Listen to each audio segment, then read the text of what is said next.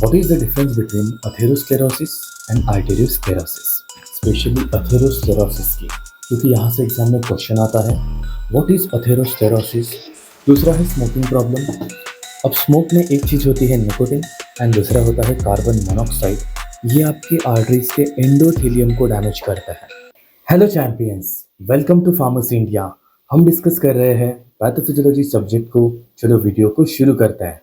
इस वीडियो के description box में गूगल फॉर्म की लिंक है, उसके ऊपर क्लिक कर दीजिए, बेसिक डिटेल्स फिलअप कर दीजिए ताकि आपको अपकमिंग एग्जाम्स के बारे में जो लेटेस्ट अपडेट्स हैं वो टाइम टू टाइम मिलते रहे. चलो वीडियो को शुरू करते हैं. फार्मेसी इंडिया से जुड़ने के लिए आप प्ले स्टोर से pharmacy India mobile app download कर सकते हैं. इस ऐप के अंदर आपको competitive exam, B pharm related notes, video lecture, ये सारी चीज़ें मिल जाएंगी. एज वेल एज अगर आप किसी कॉम्पिटिटिव एग्जाम की प्रिपरेशन कर रहे हो तो उसके जो 1 ईयर वैलिडिटी के कोर्सेस हैं वो भी आपको यहाँ पे मिल जाएंगे. इस वीडियो के डिस्क्रिप्शन बॉक्स में टेलीग्राम और व्हाट्सएप की लिंक है, उसके ऊपर क्लिक कर देना और फार्मेसी इंडिया से ऑफिशियली जुड़ जाना ताकि आपको YouTube live classes, notes, live lectures इनके बारे में टाइम टू टाइम अपडेट मिलती रहे.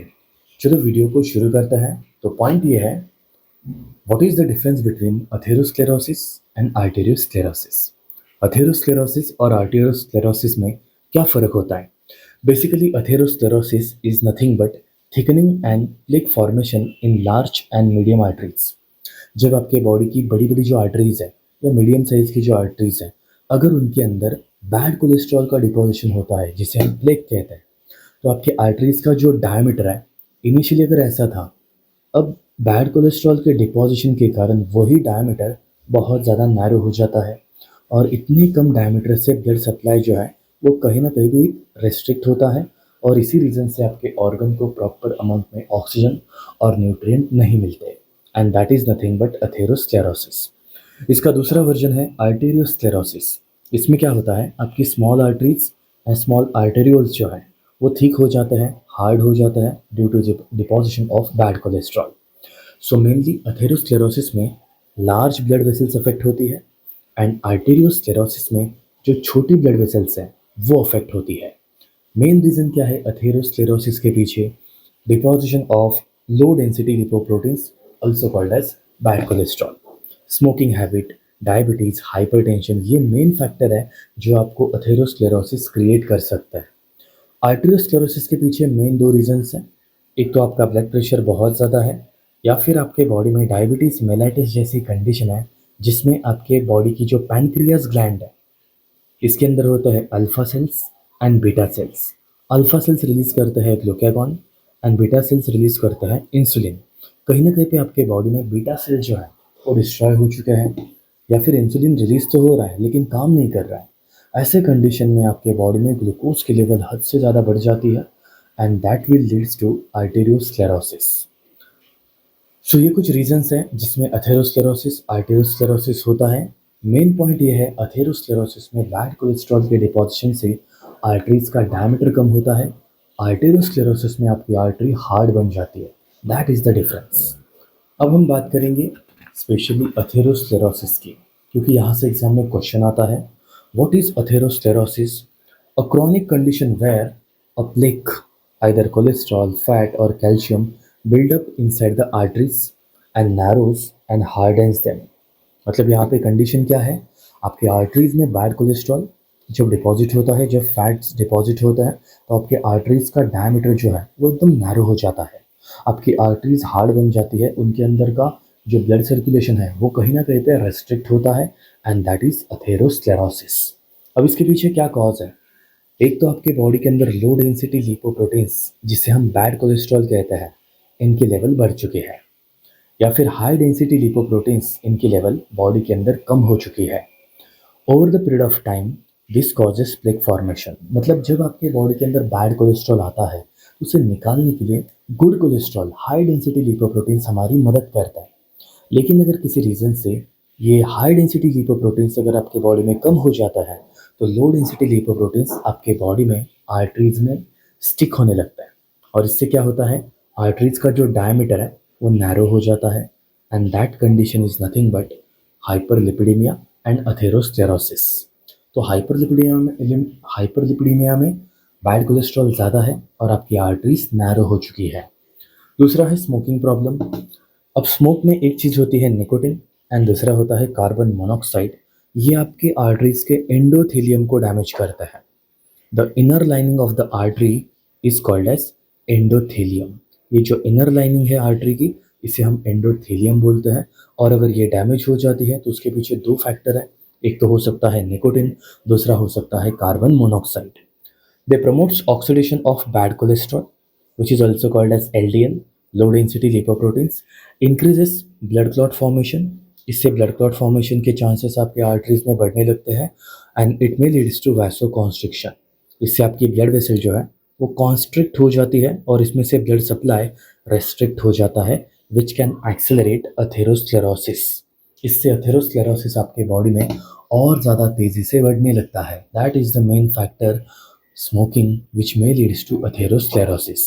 तो ये दो फैक्टर हो गए। अब तीसरा फैक्टर है डायबिटीज मेलाइटिस।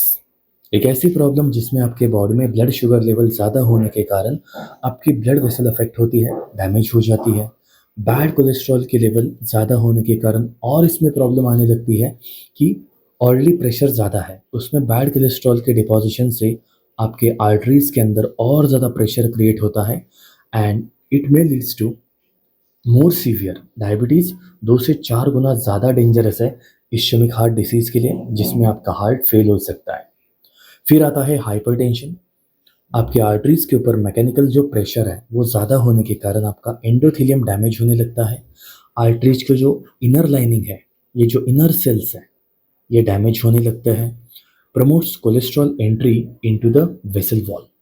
अब अगर ये वॉल डैमेज हो चुके हैं तो bad cholesterol easily in blood vessel के वॉल्स के अंदर डिपॉजिट होने लगता है और इससे आपकी आर्टरी और नैरो हो जाती है और इससे ब्लॉक भी हो सकता है और ये ब्लॉकेड मायोकार्डियल इंफ्रैक्शन के लिए रिस्पॉन्सिबल भी हो सकता है।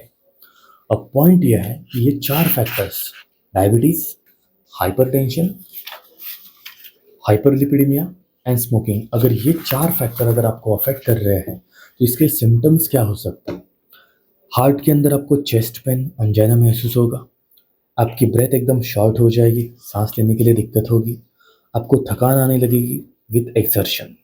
तो ये अथेरोस्क्लेरोसिस के पहले सिम्टम है जो हमारे हार्ट से कनेक्टेड है। दूसरा, ब्रेन के साथ क्या हो सकता है। ब्रेन के साथ कैरोटिड आर्टरी जो है ये ब्लॉक हो जाती है। इसके कारण डिजीनेस और कन्फ्यूजन होता है क्योंकि आपके ब्रेन को प्रॉपर अमाउंट में ऑक्सीजन और न्यूट्रिएंट्स नहीं मिल रहे, जिसके कारण डिजीनेस एंड कन्फ्यूजन होने लगता है। लेग्स, पेरिफेरल आर्टरीज जो आपके लेग्स को ब्लड सप्लाई कर रही है, वो आर्टरी अगर ब्लॉक हो जाती है, अल्टीमेटली आपके लेग सेक्शन में पेन होता है, क्रैम्प्स आने लगते हैं, आपके लेग्स में नमनेस आने लगती है, एकदम से कोल्ड सेंसेशन महसूस होने लगती है। अगर आपको कोई इंजरी हो जाती है तो उसकी हीलिंग प्रोसेस जो है वो भी स्लो डाउन हो जाएगी। आपका विजन लॉस हो सकता है, आपको बोलते वक्त दिक्कत क्रिएट हो सकती है। ये सारे आपके पेरिफेरल प्रॉब्लम्स हैं जो अथेरोस्क्लेरोसिस में आपको दिखेंगे। किडनीज के ऊपर रीनल आर्टरीज में हाइपरटेंशन क्रिएट हो सकता है, आपके किडनी का फंक्शन अफेक्ट होता है, आपके बॉडी में क्रिएटिनिन की लेवल बढ़ जाती है, जिसके कारण किडनी फेल होने के भी चांसेस हैं। सो अथेरोस्क्लेरोसिस में आपका heart, brain, peripheral organs and kidneys, ये सारी चीज़ें डैमेज होने का चांस है। तो फिर सवाल ये है इसके कॉम्प्लिकेशंस क्या है, आगे जाके क्या हो सकता है। तो इसके कॉम्प्लिकेशंस में आता है हार्ट अटैक। आपका हार्ट कंप्लीटली फेल हो सकता है due to blockade of coronary artery. आपको स्ट्रोक आ सकता है, ब्रेन को सप्लाई करने वाली जो आर्टरी है अगर वो ब्लॉक हो जाती है तो आपका ब्रेन काम करना बंद करेगा। पेरिफेरल आर्टरी डिसीज हो सकता है, आपको चलते वक्त दिक्कत क्रिएट होगी। अल्सर हो सकते हैं, गैंग्रीन हो सकता है। एन्यूरिज्म, आपके ब्लड वेसल के अंदर स्वेलिंग आ सकती है, आपकी ब्लड वेसल रप्चर भी हो सकती है। क्रॉनिक किडनी डिसीज हो सकता है। ये सारे कॉम्प्लिकेशंस अथेरोस्क्लेरोसिस से कनेक्टेड है, जिसमें respiratory system, peripheral nervous system, आपका हार्ट, किडनी, ये सारी चीज़ें अफेक्ट हो रही है। तो फिर सवाल ये है आप इसे सॉल्व कैसे करेंगे, इसकी ट्रीटमेंट क्या हो सकती है। पहली, लाइफस्टाइल चेंजेस। आपको स्मोकिंग क्विट करनी होगी, हेल्दी लाइफस्टाइल, हेल्दी डाइट करना होगा, रेगुलरली 30 मिनट एक्सरसाइज करना ही है, डायबिटीज़ को कंट्रोल करना होगा, ब्लड प्रेशर, वेट लॉस, ये सारी चीज़ें आपको मैनेज करनी है अगर आपको अथेरोस्क्लेरोसिस से बाहर निकलना है तो। मेडिकेशंस में आप यूज़ कर सकते हैं स्टैटिन्स, अटोरोस्टैटिन, रोसुवास्टैटिन, प्रावास्टैटिन, सिम्वास्टैटिन। ये बैड कोलेस्ट्रॉल के सिंथेसिस को रोकते हैं। एस्पिरिन ये ब्लड क्लॉट फॉर्मेशन को कम करती है, जिससे आपके आर्टरीज के अंदर जो ब्लड क्लॉट बन रही थी ये डिसॉल्व हो जाएगी। एंटी हाइपरटेंसिव एजेंट्स प्रेशर को कम करेंगे। For example angiotensin converting enzyme inhibitor, beta blockers. Diabetes को कंट्रोल करने के लिए आप मेटफॉर्मिन को यूज़ कर सकते हैं। So these are the some medications which can control atherosclerosis. अगर इससे भी प्रॉब्लम नहीं सॉल्व होता है तो फिर आपको सर्जिकल प्रोसीजर्स में जाना होगा, जैसे कि एंजियोप्लास्टी जिसमें आपके आर्टरीज के अंदर का जो ब्लॉक है वो निकालते हैं। बाईपास सर्जरी जिसमें आपके आर्टरीज का जो चैनल है वो चेंज कर देते हैं। इस रास्ते से नहीं जा सकते, हम नया रास्ता यूज़ करेंगे हार्ट तक जाने के लिए, दैट इज़ बाईपास सर्जरी। या फिर एंड आर्टरेक्टोमी, इसमें आपके कैरोटिड आर्टरी के अंदर जब कोई प्लेक जमा हो जाती है तो उसे निकालने के लिए एक प्रोसीजर यूज़ करते हैं, उसे भी हम यूज़ कर सकते हैं। So this are the some treatment plans for atherosclerosis.